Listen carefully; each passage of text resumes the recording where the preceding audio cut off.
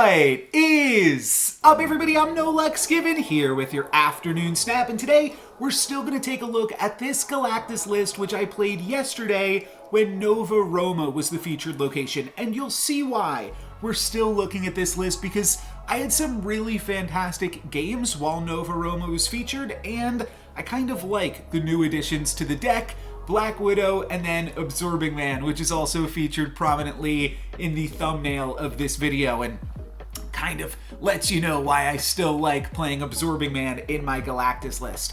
This game is pretty straightforward, and it actually showcases something else that I kind of wanted to talk about, and that is the fact that Leader is back. And Leader, was always here, but Leader did nothing about Galactus. I just didn't have to worry about Leader for a month or two, however long that was. But now, Leader can again play cards to the same lane that you play Leader in, which means that when there's only one location, Leader still has an effect. So Leader can still be a viable option.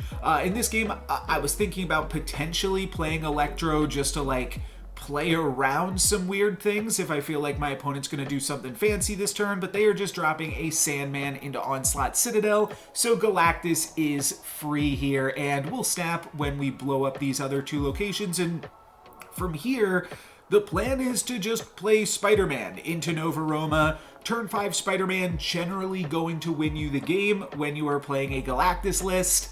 However, what was the card I was talking about? My opponent has an extra energy this game, so they're actually going to be able to play the turn 5 Leader, and I'm trying to play around the turn 6 Leader by playing Spider-Man this turn. Though if I had just played, Doc Ock or something this turn, then potentially I win, because we'd have that huge null and they wouldn't be able to Leader my null. But instead, we're going to play Spider-Man, my opponent is going to play a Leader, copying my Spider-Man, and we tie for 8 cubes. Just thought this was a cute one, well played by my opponent to run out the Spider-Man there, or the Leader rather, on turn 5, copying the Spider-Man. So we'll start this one off with a tie.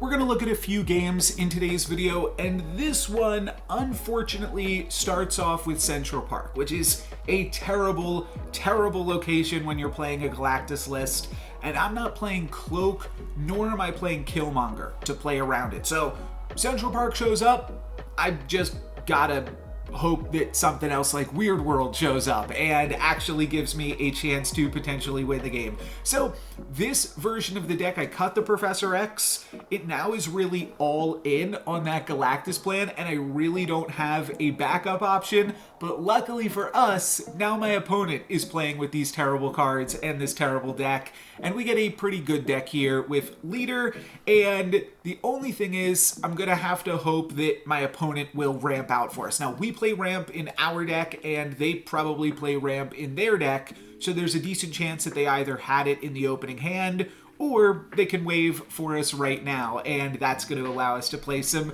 much bigger cards this game. So now I think I will probably just play Leader. We could also play Dr. Doom. We're only going to get to play one of them into an Odin or something like that, but I do think that if my opponent is willing to wave, I should probably just ride that wave with a Leader and copy whatever they got going. So we'll see what that is here, and we are going to wind up leadering a Death. Let me just jump ahead a second. Great, there's the Death, so we get a copy of that, and now I'm curious, what is the play here? Because this is a kind of tricky spot. Maybe I should pause it for just 1 second. Let me know what play you would make. We're not really in a great position. We're only winning by a little bit in Weird World, and Dr. Doom is good into Washington, D.C., but it might not be enough to grab us a win in Central Park. So do we want to lead with Spider-Man here into Central Park, and then we can probably win Central Park and put power in both of the other locations? What I decide to do is just go for Shang-Chi on Death, and then we'll have a 12 power null to end the game off with. But it's a close call. I could see going for it a different way. I'm also going to play the Sunspot into Washington, D.C. because there's no real reason not to. And we'll see how this works. We're going to destroy their Death this turn, and then my opponent goes for a Jubilee. So they're not going to play into Central Park regardless here, and they're going to grab an Odin, which doesn't get them any additional power. They just added 9 power to Central Park this turn. Pretty good, and now they've got a pretty sizable lead there. We draw Arrow off the top, so now we don't have to worry about Arrow, which is pretty good, and we can just drop a 12 power Null or a 15 power, really 8 power Doctor Doom, because we're not going to win in Central Park regardless, and we're only adding 8 power to Washington, D.C. So 8 power Doctor Doom, 8 power Arrow, or 12 power Null. And I decide to go for Null into Central Park to play for the tie and a differential win. Yeah, I thought that this was pretty cheeky here, and if we had just played the Null into Washington, D.C., I think there's still a lot of ways that we can lose this game, but if we just play the Null into Central Park, go for the tie in that location, our differential is really, really big in Weird World because of that Shang-Chi, and typically my opponent's deck does not play Shang-Chi themselves, so we are able to get the victory. This game also showed me how it feels to be on the other side of a Kang. We should have gotten 4 cubes this game, but instead we'll walk away with 2.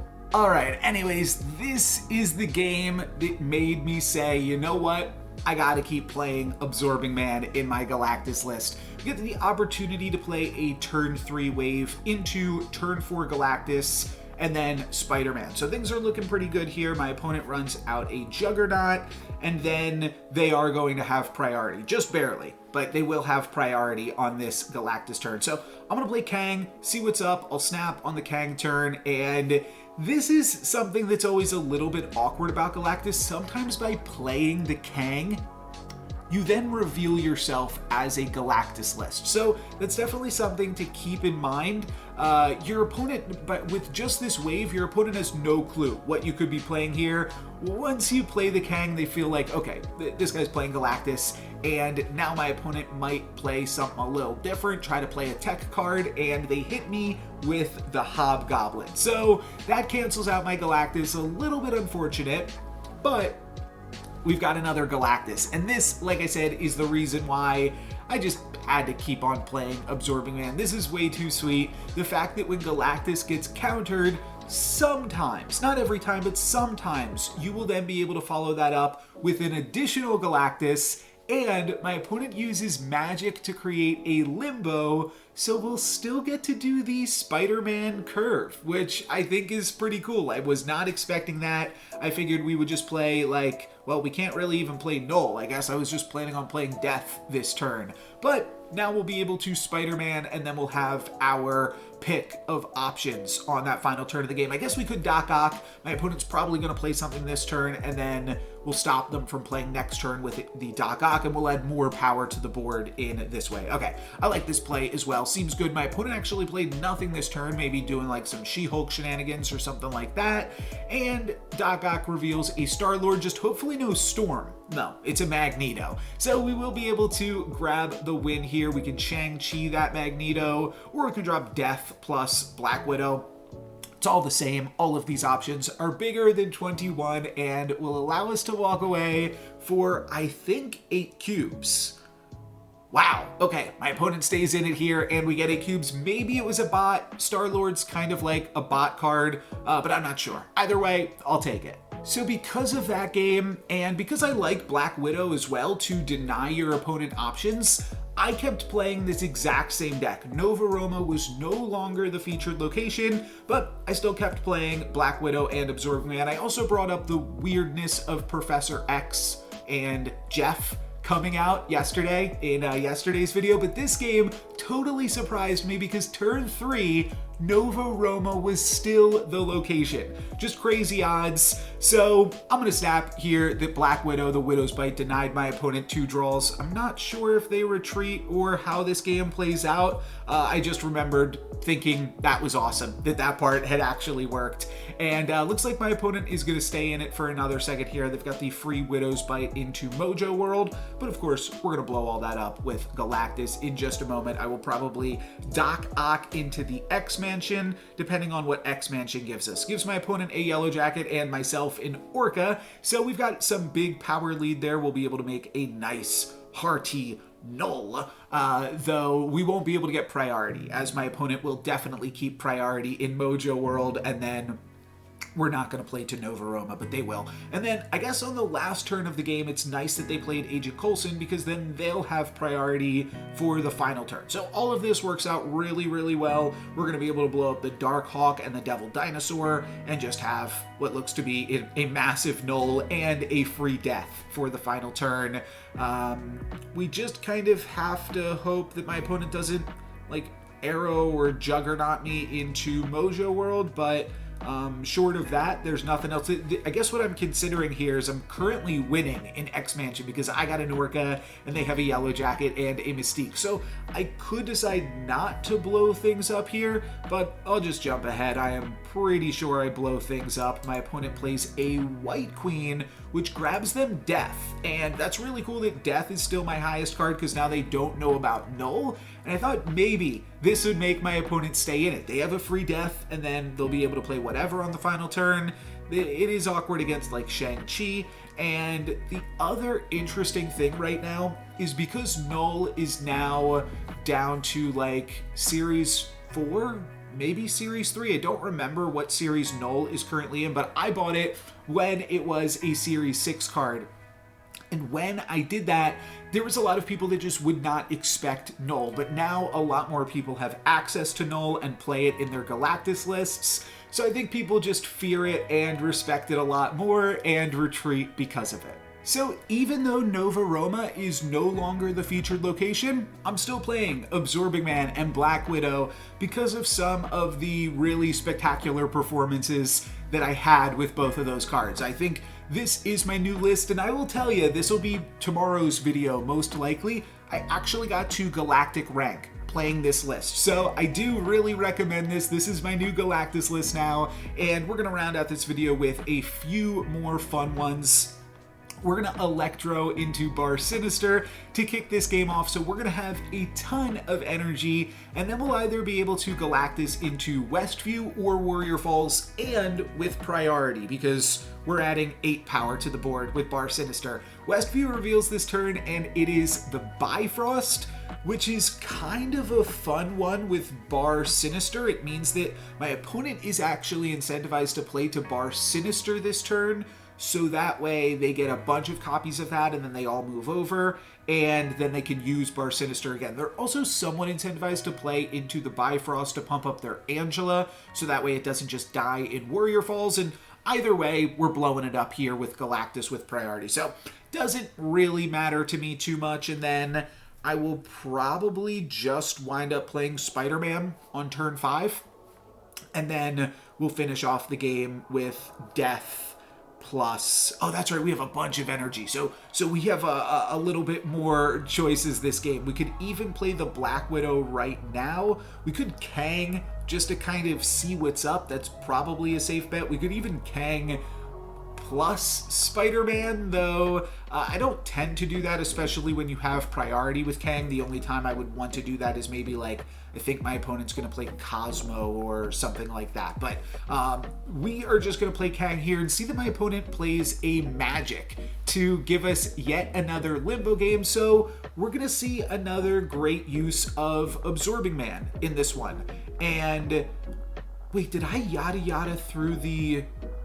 No, I didn't, right? I showed you guys the You Face Absorbing Man animation. I feel like I cut that off. I'm gonna have to go back and check that. But anyways, if my opponent plays Magic again, we've got a great curve. Spider-Man on turn 4, or turn 5 rather, Spider-Man again on turn 6 via Absorbing Man, and my opponent is locked out of plays for the rest of the game. So thought this was a sweet one that was really only possible because of Absorbing Man. Limbo kind of complicates the math there on Spidey Galactus, but we're gonna lock it down for the rest of the game. Okay, we did see this, but let's just look at it one more time because it is so fun. Absorbing Man, copying that Galactus and playing through this animation here. Kneel before Absorbing Man. There we go. Yeah, that's just fun. And we'll finish this video off with one more fun one. We've got X Mansion as location number 2, so I'm going to play Electro there, but my opponent is going to Storm into the X Mansion. So either way, we are not playing Galactus there, and now I'm just going to Doc Ock to lock down one of these other locations. Unfortunately, we can't make use of Murder World at this point, but plan is just to Doc Ock and then lock my opponent out of one of the locations. They'll be locked out in the flooded location, and then, like, I don't know, maybe I could Absorbing Man or something. Not super sure, but we'll see what winds up happening here. Is my opponent plays to the flooded location and to Stark Tower, and then in Murder World, we are going to drag out Valkyrie. Not great for us here, but also a Professor X to lock it down, a Wasp, and Jeff, the baby land shark. First time I had seen it, so I always like showcasing the new cards, and my opponent kind of playing it with Professor X in a pretty cool shell, also with Cerebro. So really cool deck for my opponent here. They're gonna Blade, and their hand is actually empty because of my Dr. Octopus, and this is an interesting game because it actually is pretty tough for me to win. However, Galactus would clearly be devastating on this board, and this is a great example of Kang just adding consistency to the deck in a way that can grab you free cubes. Galactus is super scary here. My opponent has to retreat to the threat of Galactus, and I can snap because I've got Kang in my hand and kind of bluff Galactus in that way, and from there my opponent is forced to retreat, and you guys have to retreat now. That's going to be it for today's video. Thank you guys very much for watching. I'm No Lex Given. Peace.